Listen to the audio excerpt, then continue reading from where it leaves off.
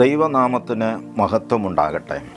കർത്താവിൽ പ്രിയ ദൈവജനമേ, ഇന്നത്തെ നമ്മുടെ പഠനാർഹമായ ചിന്ത എന്ന് പറയുന്നത്, ആരാണ് നമ്മുടെ നേതാവ്, എന്താണ് നേതാവിൽ കാണേണ്ടുന്ന നേതൃത്വ ഗുണം, ഈ വസ്തുതകളിലേക്ക് വെളിച്ചം വീശുന്ന ഈ ചിന്തകളെ അനാവരണം ചെയ്യുന്ന വേദഭാഗത്തിലൂടെ കടന്നു പോകുവാനാണ് ഞാൻ ആഗ്രഹിക്കുന്നത്. വിശുദ്ധ യോഹന്നാൻ്റെ സുവിശേഷം 3-ാം അധ്യായം 22-ാമത്തെ വാക്യം മുതൽ 36 വരെയുള്ള വാക്യങ്ങളിലൂടെ കടന്നുപോയാൽ ഈ ചിന്തകളുടെ ഒരു മാലപ്പടക്കത്തെ തന്നെ അവിടെ നമുക്ക് കാണുവാനാകും. ബൈബിൾ സൊസൈറ്റി ഈ വേദഭാഗത്തിന് കൊടുത്തിട്ടുള്ള ക്യാപ്ഷൻ യേശുവിനെ സംബന്ധിച്ചിട്ടുള്ള സ്നാപകൻ്റെ വിശേഷ സാക്ഷ്യം എന്നാണ്. എന്നാൽ ഞാൻ ഇതിനെ ഇപ്രകാരം പരിചയപ്പെടുത്തുവാൻ ആഗ്രഹിക്കുന്നു. നേതൃത്വ പാടവം എന്ന് വിശേഷിപ്പിക്കുവാനാണ് എനിക്ക് താല്പര്യം. ഒരു നല്ല നേതാവിനും ഒരു നല്ല നേതൃത്വത്തിനും ഉണ്ടാകേണ്ടുന്ന, അവരിൽ വിളങ്ങി കാണേണ്ടുന്ന നേതൃത്വ ഗുണത്തെയാണ് ആ വേദഭാഗം നമ്മെ ഉത്ബോധിപ്പിക്കുന്നത്. ഗുണകരമായ നേതൃത്വത്തിലേക്ക് കൈച്ചൂണ്ടുന്ന സ്നാപക ശബ്ദത്തിലേക്കും സ്നാപക വാക്കുകളിലേക്കുമാണ് അത് നമ്മെ കൂട്ടിക്കൊണ്ടു പോകുന്നത്. അവൻ വളരണം, ഞാനോ കുറയണം. യാതൊരുവിധ അർത്ഥശങ്കകൾക്കും ഇടയില്ലാത്ത സധൈര്യം പ്രഖ്യാപിക്കുന്ന സ്നാപകൻ്റെ പതറാത്ത വിളിച്ചു പറയുന്ന വാക്കുകളിലൂടെ, വാക്യത്തിലൂടെയുള്ള ഉറച്ച നിലപാടാണ് അവൻ വളരണം, ഞാനോ കുറയണം എന്ന വാക്യരൂപം. നമ്മുടെ ഹൃദയത്തിലും നമ്മുടെ ഭവനത്തിൻ്റെ ഭിത്തിയിലും ഒരുപോലെ കൊത്തിവെക്കേണ്ടുന്ന കുറിയതായിട്ടുള്ള ഒരു കുറിവാക്യമാണ് ഇത്. വേദപുസ്തകത്തിലെ കുറുവാക്യങ്ങളിൽ കുറിയതും എന്നാൽ ഒരുപാട് അർത്ഥസമ്പുഷ്ടമായ വാക്യവുമാണ് ഇത്. ആരും അനുകരിക്കേണ്ടുന്നതും അനുകമ്പയുടെ, അതുപോലെ സ്വയം ശൂന്യവൽക്കരണത്തിൻ്റെ സ്വരവും ആഹ്വാനവുമാണ് അതിലൂടെ സ്നാപക യോഹന്നാൻ നൽകുന്നത്. അങ്ങനെ അതിനെ നമുക്ക് കാണുവാനാകും. സ്നാപകൻ ഇത് ആരോടാണ് പറഞ്ഞത്? ഇങ്ങനെ മൊഴിയുവാനായിട്ട് എന്താണ് കാരണം അല്ലെങ്കിൽ സന്ദർഭം എന്ന് നമുക്കൊന്ന് പരിശോധിച്ച് നോക്കാം. നാം തിരഞ്ഞെടുത്ത പ്രാരംഭ വാക്യം മുതൽ ഒരു പരിശോധനയ്ക്ക് വിധേയമാക്കിയാൽ ഒരു സംഭവം അവിടെ നമുക്ക് കാണുവാനായിട്ട് കഴിയും. സ്നാപകൻ അവൻ്റെ ശിഷ്യന്മാരും യഹൂദന്മാർ തമ്മിലും ഒരു പ്രതിവാദമുണ്ടായി. എന്താണ് അവർക്കിടയിൽ ഉണ്ടായ വാഗ്വാദം? അത് ശുദ്ധീകരണത്തെക്കുറിച്ചുള്ളതായിരുന്നു. അവരുടെ ഭിന്നാഭിപ്രായത്തിൻ്റെ പ്രഭവസ്ഥാനം ശുദ്ധീകരണം എന്ന് വെച്ചാൽ സ്നാനത്തെക്കുറിച്ചുള്ള ഭിന്നതയായി നമുക്ക് ഇവിടെ തിരിച്ചറിയാം, അല്ലെങ്കിൽ വേർതിരിച്ചറിയാം. ശുദ്ധീകരണത്തെക്കുറിച്ചുള്ള വിവാദം സംജാതകമാകുവാൻ കാരണം ആയത് യേശുവിൻ്റെ അവൻ തുടങ്ങിയ സ്നാന പ്രക്രിയയാണ്. യേശു ശിഷ്യന്മാരുമായി വന്ന് യഹൂദ്യ ദേശത്ത് പുതിയൊരു സ്നാനഘട്ടം തുടങ്ങി. ആ സ്നാനം തുടങ്ങിയതിൻ്റെ പേരിലാണ് ഈ വിവാദത്തിൻ്റെയും തർക്കങ്ങളുടെയും ആരംഭം കുറിക്കാൻ കാരണമായത്. ഈ സംവാദം കത്തിക്കയറിയപ്പോൾ ഈ ഭിന്നതയ്ക്ക് ഒരു സമാപനം കണ്ടെത്തുവാൻ അവർ കൂട്ടമായി സ്നാപക യോഹന്നാനെ അഭയം പ്രാപിക്കുന്നു. ശിഷ്യ സമൂഹത്തിൻ്റെ ഏത് സംശയങ്ങൾക്കും ഗുരുവിൻ്റെ അടുക്കൽ ഉത്തരം തേടുന്നത് അവർക്ക് പതിവായിരുന്നു. അതുകൊണ്ടാണ് അവർ യോഹന്നാൻ സ്നാപകനെ അഭയം പ്രാപിച്ചത്. സ്നാപക ശിഷ്യന്മാർ അവരുടെ പരിദേവനം യോഹന്നാനെ അറിയിച്ചു. അവരുടെ വ്യസനത്തിൻ്റെ വാക്കുകൾ ഇതായിരുന്നു: നിന്നോട് കൂടെ ഇരുന്നവൻ, നീ സാക്ഷീകരിച്ചിട്ടുള്ളവൻ, നിന്റെ കൈക്കീഴെ സ്നാനമേറ്റവൻ ഇപ്പോൾ സ്നാനം കഴിപ്പിച്ച് തുടങ്ങിയിരിക്കുന്നു. എല്ലാവരും അവൻ്റെ അടുക്കലാണ് പോകുന്നത്. അവരുടെ സങ്കടത്തിൻ്റെ ഭിന്നതയുടെ കാര്യം ഇതായിരുന്നു.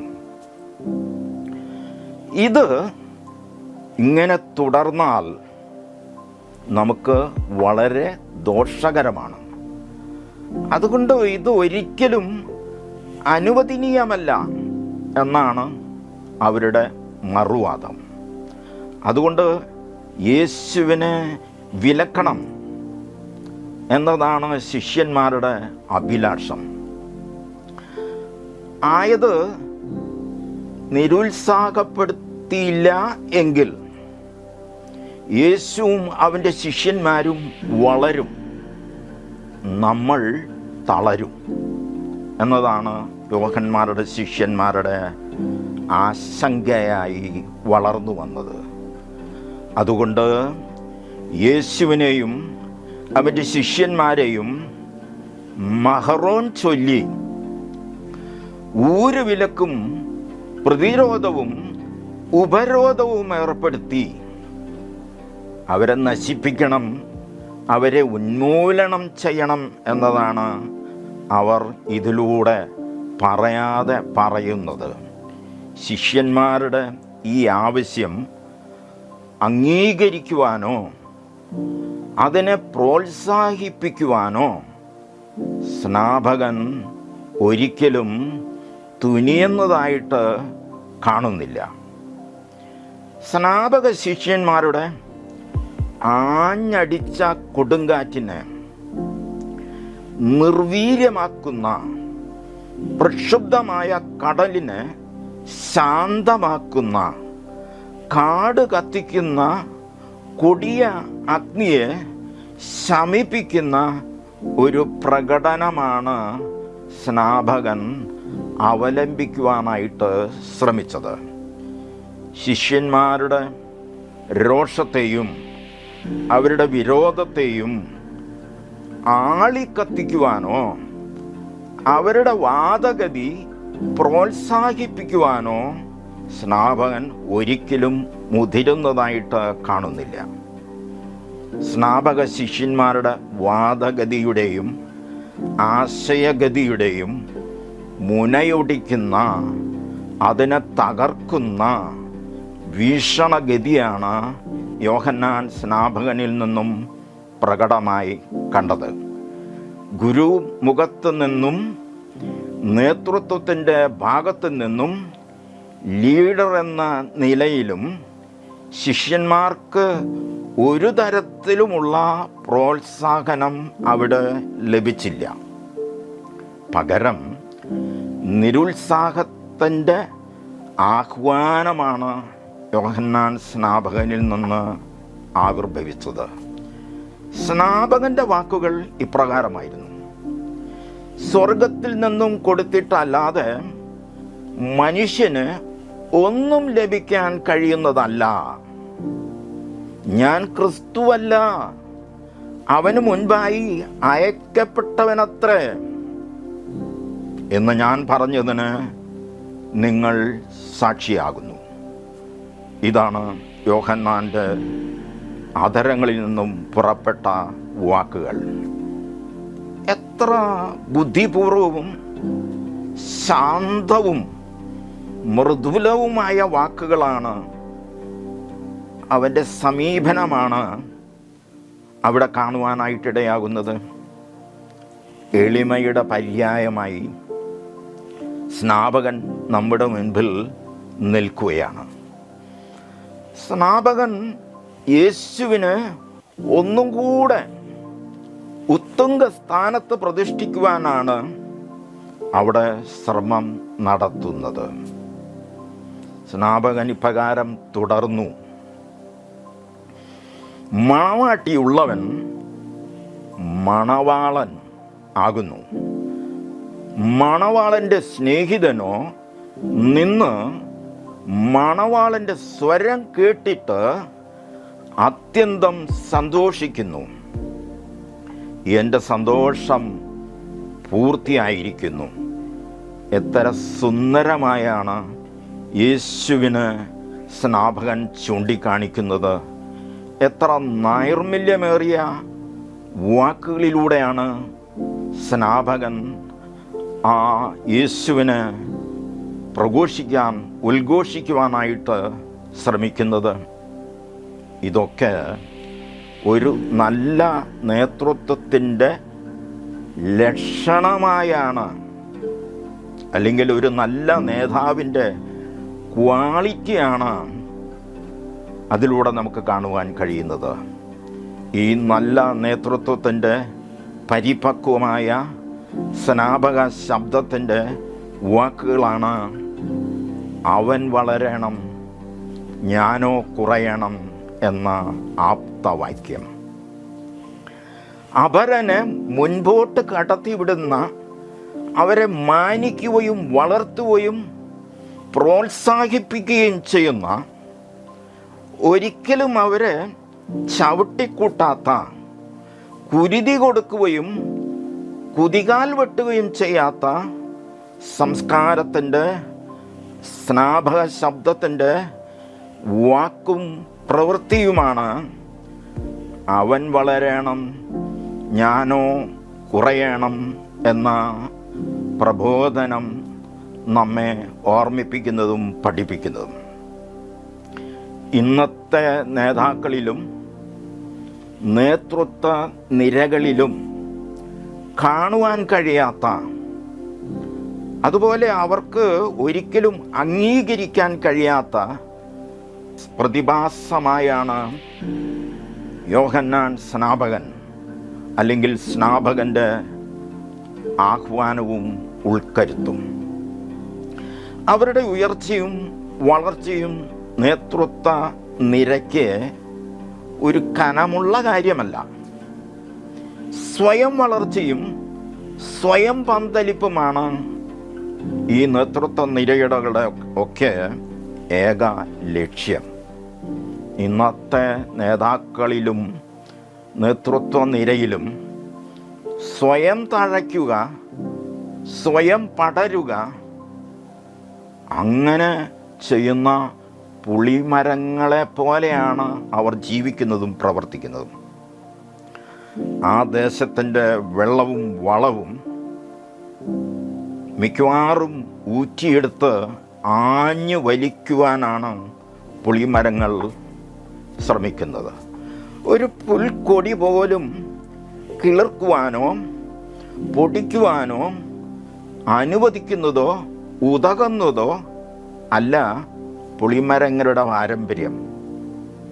അവരുടെ വളർച്ച അല്ലെങ്കിൽ അവരുടെ പാരമ്പര്യം പരമ ദയനീയമാണ് എന്ന് നമ്മൾ കണ്ടറിയേണ്ടിയിരിക്കുന്നു.